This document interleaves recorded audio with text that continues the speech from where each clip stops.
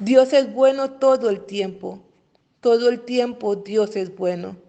Le saluda Marcel Richards y hoy nuestro tema está titulado Oración por sabiduría. ¿Cómo administras el poder que Dios te ha dado?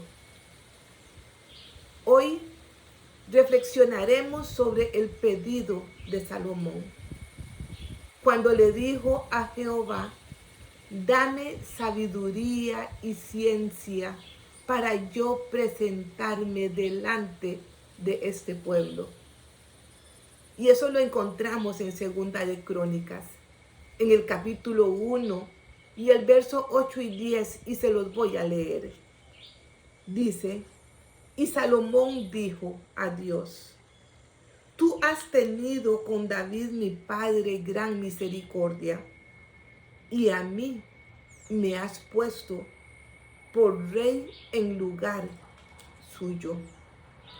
Dame ahora sabiduría y ciencia para presentarme delante de este pueblo. Amigo, amiga, al reflexionar las palabras de este texto, vemos que está lleno de enseñanza. Y de ahí queremos rescatar dos partes bien diferenciadas. Uno, que Salomón estaba consciente o reconocía que existía un poder supremo, que había un Dios soberano, divino, que lo había elegido como rey de Israel. Y dos, el pedido que le hizo de sabiduría para poder gobernar al pueblo, a este pueblo que era difícil de manejar. Saben, esta oración destila humildad. Cuando repetimos y cuando lo leemos una y otra vez, toda la historia de Salomón, vemos que él inició con mucha humildad en su corazón. Él sabía reconocer que hay un poder supremo por encima de su propio poder. Y cuando venimos ahora a la actualidad, vemos cómo es que cuesta encontrar a una persona que teniendo esa fuerza suficiente no esté dispuesto a convertirse en un rey o un gobernante absoluto. Lo vemos, por ejemplo, en los ámbitos de la vida, con los funcionarios públicos, con los políticos, con los gobiernos. Lo vemos, por ejemplo, cuando una persona está manejando una empresa o maneja una comunidad religiosa o simplemente cuando maneja su casa. Y es que todos tenemos una porción de poder para administrar. Y qué fácil, amigo, amiga, es resbalarnos cuando nos creemos absolutos. Saben, Dios es soberano. Y Él nos ha dado o nos ha dotado de talentos para poder desempeñar una función. Pero muy pocas las veces nos recordamos o nos acordamos de cuál es el objetivo, cuál es el propósito de ese poder que Dios nos ha dado, especialmente cuando estamos en lugares o en circunstancias especiales. Aquí es donde podemos recalcar que el carácter de un hombre se prueba cuando sustenta poder.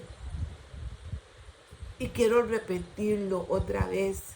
porque yo sé que muchos estarán de acuerdo con mi manera de ver las cosas. Y es que el carácter de un hombre se prueba cuando tiene poder. Salomón comenzó muy bien. Inicialmente era humilde, pero después hizo alianza con los reinos paganos y entró la idolatría en el pueblo de Israel.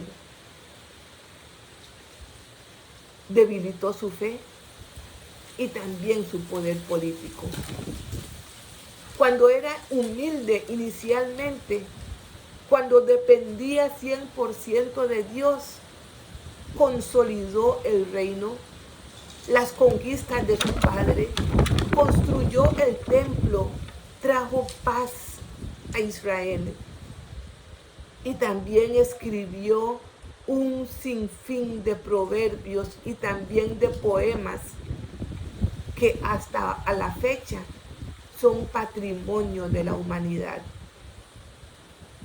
Pero la sabiduría, amigo, amiga, no permanece en un hombre con un corazón lleno de lujuria. Y él cayó en ese error. Hizo alianza con los pueblos paganos, con los reinos paganos. Y entonces Israel se dividió y nunca más se volvió a unir. Su fe se fue debilitando. Su poder político se fue debilitando. Amigo, amiga, Dios nos ha dado,